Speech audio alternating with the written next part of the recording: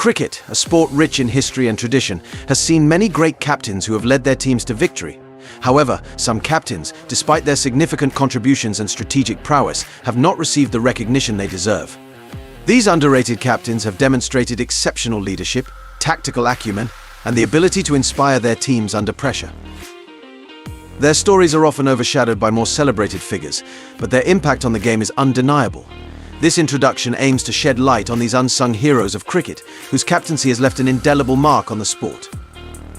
Let's delve into the careers of some of the most underrated cricket captains and celebrate their achievements and the qualities that make them stand out. Kicking off our list, Arjuna Ranatunga. Arjuna Ranatunga is celebrated for leading Sri Lanka to their first Cricket World Cup victory in 1996. As captain, he was at the helm for 193 one-day internationals, winning 89 of them. His Test captaincy includes 56 matches with 12 victories. Ranatunga's leadership style was strategic and unflappable, earning him the nickname Captain Cool. He is often considered underrated due to his confrontational style and for being outspoken, especially in defending his players against controversies. Despite this, his innovative tactics, like promoting aggressive batting during the early overs, revolutionized the game and set a new standard for future teams. His contributions to cricket go beyond his on-field performance, leaving a lasting impact on the sport. Moving on, Richie Benaud. Richie Benaud was an outstanding Australian cricket captain from 1958 to 1963. During his captaincy, Australia never lost a Test series, with a record of 12 wins, 11 draws, 1 tie, and only 4 losses in 28 Tests. He was known for his sharp cricketing brain and innovative tactics, like the post-wicket team huddle, which is now a staple in cricket. Despite his success, Benaud is sometimes underrated because he was not as flamboyant as some of his contemporaries. However, his contributions to cricket were immense, not just as a player and captain but also as a revered commentator, known as the voice of cricket. His legacy includes being the first player to achieve the Test double of 2,000 runs and 200 wickets, showcasing his all-round skills. Next up, we have Frank Worrell. Frank Worrell was a trailblazing captain for the West Indies cricket team. His leadership was marked by dignity and innovation, leading to significant victories and a lasting impact on the game. Worrell captained the West Indies in 15 Test matches from 1960 to 1963, winning 9 and losing only 2. He was the first black man to permanently lead the West Indies, breaking racial barriers in the sport. Worrell is sometimes considered underrated because he wasn't just a cricket captain, he was a leader who brought unity to a diverse team. He encouraged a style of play that was both aggressive and fair, which earned the respect of players and fans alike. His approach to captaincy went beyond the field, as he was also known for his sportsmanship and his role in fostering good relations between teams. Despite his achievements, Worrell's quiet demeanor and early death at 42 meant that he didn't receive as much recognition as some of his contemporaries. Yet, his legacy lives on, especially in the Frank Worrell Trophy, contested by Australia and the West Indies. What were the key leadership qualities that Frank Worrell demonstrated which made him an exceptional but underrated captain in cricket history? Let me know in the comments. Following him, Ian Chappell. Ian Chappell, an influential figure in cricket, captained Australia from 1971 to 1975. His tenure as captain is noted for his aggressive and forward-thinking leadership. He led Australia in 30 Test matches, securing 15 wins. Chappell's captaincy style was marked by a willingness to promote younger players and to challenge the norms of cricket at the time. He is often underrated because his contributions went beyond statistics. He played a key role in the evolution of modern cricket, including the World Series cricket, which revolutionized the game financially and culturally.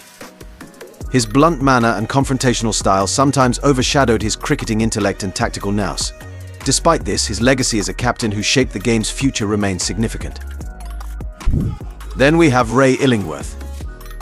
Ray Illingworth was an esteemed English cricketer and captain. His captaincy is noted for its strategic acumen and leadership during a successful period for English cricket. He captained England in 31 Test matches from 1969 to 1973, winning 12 of them.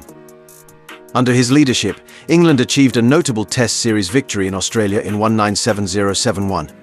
Illingworth's style was marked by a pragmatic approach to the game, focusing on strong team unity and shrewd tactical decisions. Despite these successes, some consider Illingworth underrated due to his modest personal statistics compared to other cricketing legends. However, his contributions to the sport extend beyond numbers. His ability to lead and inspire his team, coupled with his tactical nous, made him a respected figure in cricket. His legacy includes leading Leicestershire to their first county championship title in 1975 and being one of only 9 players to have taken 2,000 wickets and made 20,000 runs in first-class cricket. Who among these captains do you think deserves more recognition for their leadership on the cricket field and why? Not to be overlooked, Warwick Armstrong. Warwick Armstrong, known as the Big Ship, was an Australian cricketer who captained the national team with great success. He led Australia in 10 Test matches between 1920 and 1921, remaining undefeated with 8 wins and 2 draws. His captaincy is celebrated for the 1920-21 Ashes series, where Australia achieved a historic 5-0 whitewash against England.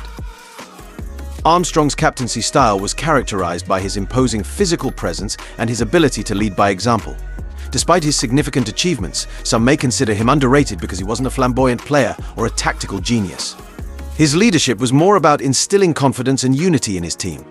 Moreover, his contributions were overshadowed by the brilliance of other players of his era and the fact that his captaincy coincided with a period of rebuilding for English cricket. Still, his record speaks for itself and he remains a respected figure in the world of cricket history. Another great leader, Graeme Smith. Graeme Smith, a former South African cricketer, is renowned for his leadership as the national team's captain. Appointed at the young age of 22, he was the youngest ever to lead the Proteas. His tenure as captain lasted from 2003 until his retirement in 2014. During this time, he guided South Africa to 54 Test victories, making him one of the most successful captains in cricket history. Despite his impressive record, Smith is sometimes considered underrated. This could be due to the high standards set by other cricketing legends or because his leadership qualities, which were more about unity and resilience, were less flashy compared to the tactical brilliance often celebrated in cricket. Still, his contributions to South African cricket are immense, including leading the team to their first Test series victory in Australia in 2008-09 and being part of record-breaking opening partnerships.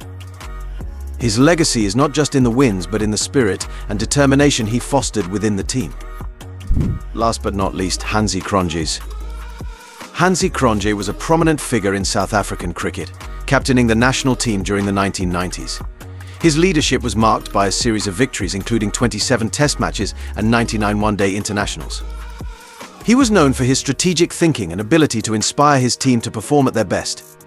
Cronje also led South Africa to win the 1998 ICC Knockout Trophy, the country's only major ICC title to date. Despite his success, Cronje's reputation was tarnished by his involvement in a match-fixing scandal, which led to a lifetime ban from cricket. This scandal overshadowed his accomplishments and is a likely reason why he might be considered underrated as a captain. His untimely death in a plane crash in 2002 further complicated his legacy. Still, Cronje's impact on South African cricket remains significant, and he is remembered for his contributions to the sport. And that wraps up our discussion on some of the most underrated cricket captains in history. We've delved into the careers of greats like Arjuna Ranatunga, Richie Bernard, and Frank Worrell, among others. Each brought their unique flair and strategic acumen to the game, leaving an indelible mark on the sport.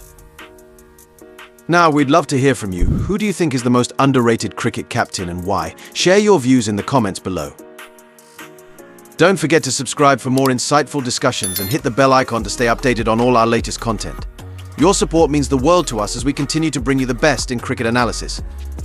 Until next time, Sports Alley out.